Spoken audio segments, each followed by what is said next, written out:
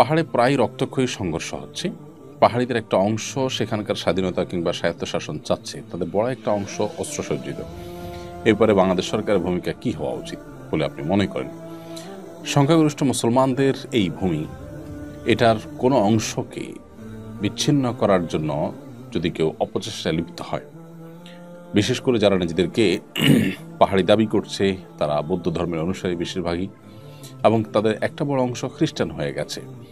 তো মুসলমানদের অধ্যুষিত এই ভূমি, যেখানে অন্যান্য ধর্মাবলম্বীরাও থাকেন এবং মুসলমানরা শান্তিপূর্ণভাবে সহাবস্থান করছেন অন্যদের সাথে, তো এই ভূমিটাকে যারা দুই টুকরো করে সেখানে বৌদ্ধ বা খ্রিস্টান রাষ্ট্র গড়ার স্বপ্ন দেখছে, বা বাহিরের কোনো দেশের, অমুসলিম কোনো দেশের স্বার্থকে যারা রক্ষা করার জন্য কাজ করছে, তাদের বিরুদ্ধে কঠোর ব্যবস্থা গ্রহণ করবার কোনো বিকল্প নেই। আমাদের যে দেশপ্রেমিক সেনাবাহিনী রয়েছে, আমার মনে হয় যে তাদের আন্তরিক প্রচেষ্টাই এর জন্য যথেষ্ট, ইতিমধ্যে তারা সেটি করছেন।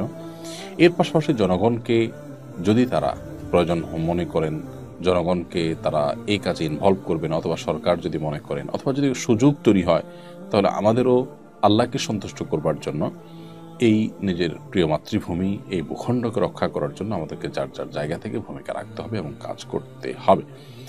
অতএব ব্যাপারে একেবারেই কঠোর হস্ত হওয়া উচিত বলে আমি মনে করি। আমার ক্ষুদ্র ধারণা যে এখানে যদি কোনো প্রকার শিথিলতা করা হয়, কোনো প্রকার যদি দুর্বলতা প্রদর্শন করা হয়, তাহলে সেক্ষেত্রে তারা আরও চেপে বসবে। দীর্ঘদিন পর্যন্ত তারা সেখানে অশান্তি সৃষ্টি করার পায়তারা করে আসছে।